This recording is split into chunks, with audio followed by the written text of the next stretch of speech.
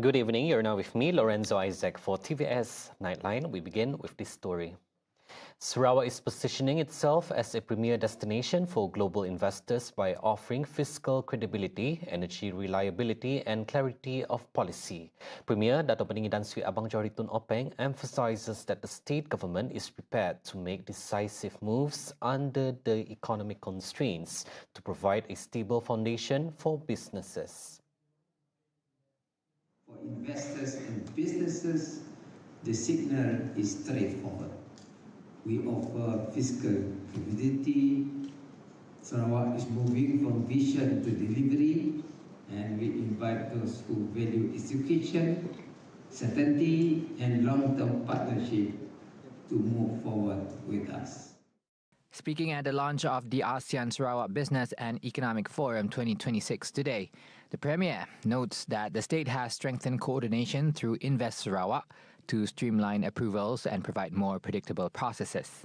To back this commitment, Abang Johari highlights that Sarawak's disciplined financial management has resulted in a projected budget surplus and strong reserves. According to him, 9.3 billion ringgit has been allocated for development expenditure, funded entirely through the Sarawak Sovereign Fund, focusing on infrastructure, energy systems and digital readiness. He adds that growth will be pursued in a way that sustains confidence across economic cycles by strengthening governance and improving regulatory processes.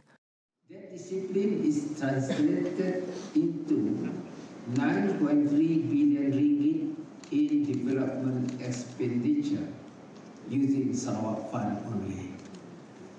The focus is not broad expansion, but targeted investment in infrastructure, industrial capacity, energy system, and digital readiness.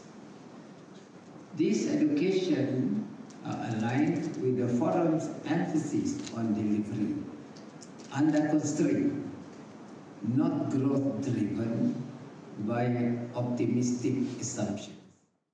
By 2030, Sarawak aims to have fully standardized approval pathways and clarified agency roles to ensure greater certainty for investors from entry to operation. Sarawak is positioning itself as a global hub for emergency response as it prepares to host the 9th World Society of Disaster Nursing WSDN International Research Conference 2026. This will be the first time in the state to host such an event to be held at BCCK from September 17 to 19. Team Accelerate Networking, a catalyst to go over the horizon. Deputy Premier Dato' Amar Dr. Sim Kui Hian highlights the urgency of the gathering, noting the rising frequency of climate change disasters and the need for strategic crisis management tools. The conference ultimately is a platform for exchange of emergency technologies, innovative solutions and practical approach and strengthen disaster preparedness, response and recovery, and technology, including our handphone.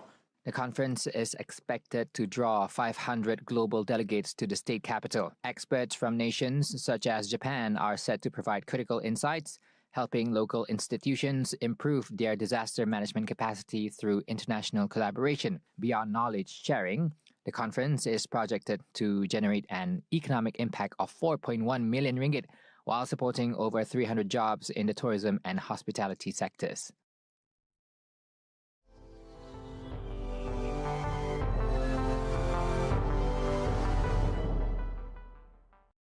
Yesterday night, we ran a report by RT correspondent Anastasia Volodina, which traced the web of emails, allegations and unanswered questions surrounding Epstein's network and the powerful names that continue to cast a long shadow. In the second part of the report tonight, we look into the renewed scrutiny of Hillary Clinton's political circle following Pizzagate, how missing children in Ukraine are somehow connected, and how the Epstein files expose disturbing patterns of power and predation. Scandal wrecked Hillary Clinton's chances at becoming president. So much so that she didn't even face her disappointed supporters on election night. So she left Podesta to take the stage. Clinton wasn't gone yet, neither was Epstein. He died in prison 3 years later. Officially, it was ruled suicide. Jean-Luc Brunel died in 2022 in his cell, awaiting trial on charges of raping a minor. The reason behind his death? Officially, suicide. Virginia Giuffre, the woman who exposed them, she died in 2025. Officially, you guessed it, suicide. A decade passed since she blew the whistle on them. Chaos, war, and Epstein and Brunel's cherished Ukraine was spiraling straight into ruin. If in the past you could hire a model from an agency, now it was becoming easier than ever to just buy a person. This is really human trafficking, child trafficking. There was no question of children then, but the fact is that in all cases, for example, the sale of girls into slavery in Turkey, the Middle East took place. Law enforcement officers were involved everywhere, that's for sure. After 2014, of course, it all came under the control of the Security Service of Ukraine. Because if someone is guarding something, then he's the one that's going to get paid for it. I got my hands on an interesting document from the Security Service of Ukraine, which analyzed the issues and the evacuation of children. And according to the SBU, on October 23rd, more than 9,000 kids were taken out of Ukraine and there were no supporting documents. Where did these children end up?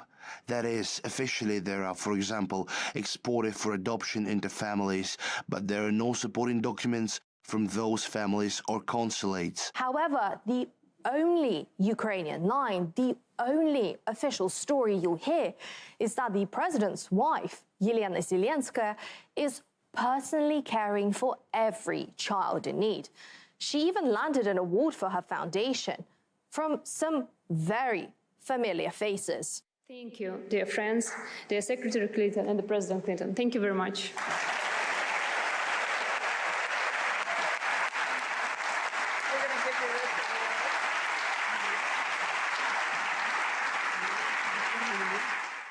However, the reality, several confirmed cases show children supposedly rescued by her foundation suffered abuse, sometimes from hotel staff aboard, where they were left unattended. You'd think Western outlets would be all over this, kids shipped out of Ukraine disappearing off the radar, right? Russia's policy of taking children from occupied parts of Ukraine deep into Russia itself, in effect stealing them. Yes, you heard that right. It's not the elite pedophile machine Western journalists are after. No, they're going after the people trying to evacuate kids from the war zone, where they could be killed or kidnapped for sale.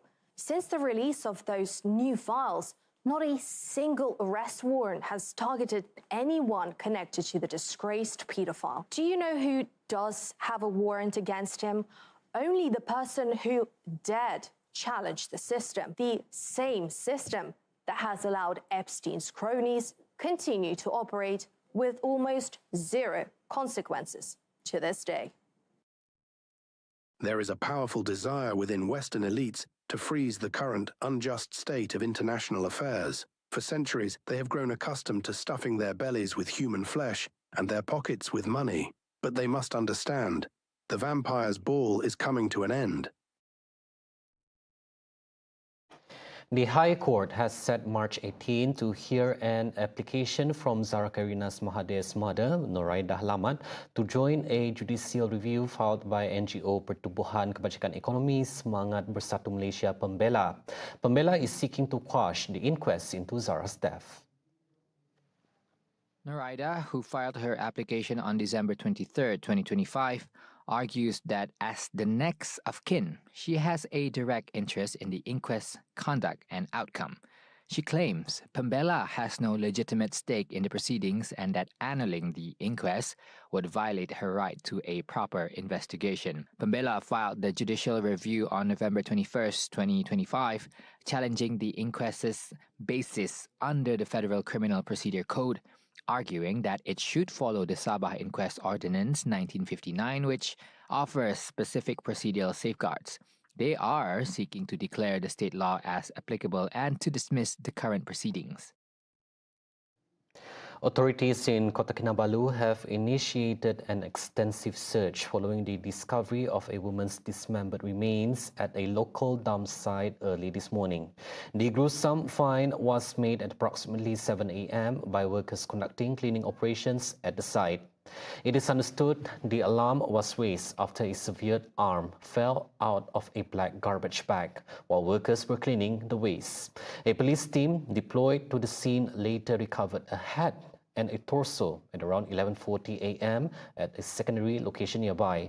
Preliminary investigations indicate that the victim had been chopped into several pieces before being stuffed into garbage bags and discarded. Authorities are currently maintaining a presence at this site as the search continues for the remaining body parts. No arrests have been made as of yet, and the victim's identity has not been established. A 15-year-old boy pleaded not guilty in the High Court here today to a charge of murdering a 16-year-old secondary school student in Bandar Utama, Petaling Jaya on October 14 last year. The accused entered his plea after the charge was read out before Judge Adlin Abdul Majid during a closed-door proceeding. Attendance was restricted to those directly involved in the case and the teenager's family, as the accused is a minor. The court further allowed two lawyers holding watching briefs, one representing the Malaysian Bar Council and the other from the Human Rights Commission of Malaysia, SARAWAK'S, to observe the proceedings. The accused was initially charged on October 22, 2025 at the Petaling Jaya's Magistrates Court with murdering his schoolmate between 9:20 a.m. and 9:35 a.m. on October 14, 2025. No plea was taken at that stage as murder cases are under the High Court's jurisdiction. The charge was brought under Section 302 of the Penal Code, which carries the death penalty or imprisonment of 30 to 40 years and up to 12 strokes of the cane if the death sentence is not imposed.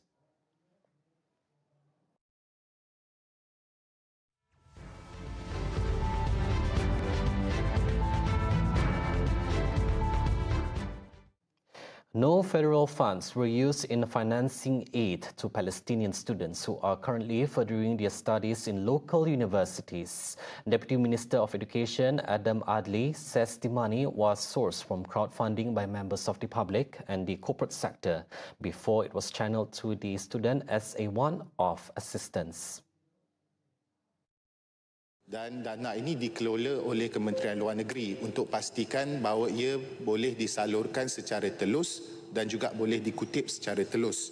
Untuk pengetahuan, antara badan-badan yang membantu termasuklah Yayasan Raja Zahid Sofia, Pejabat Menteri Besar Johor, Majlis Agama Islam Johor, Malaysian Relief Agency, yayasan di bawah IPT, Yayasan Al-Bukhari, Yayasan Bujang dan banyak lagi. At present, there are 375 Palestinian students receiving assistance with a total expenditure of 4.3 million ringgit. It covers their tuition fees and cost of living. Adam adds the assistance is a special initiative to relieve Palestinian students who are directly affected by the conflict in the Middle East. Those were the updates on TVS Nightline. I'm Lorenzo Isaac. Thank you for watching and have a good night.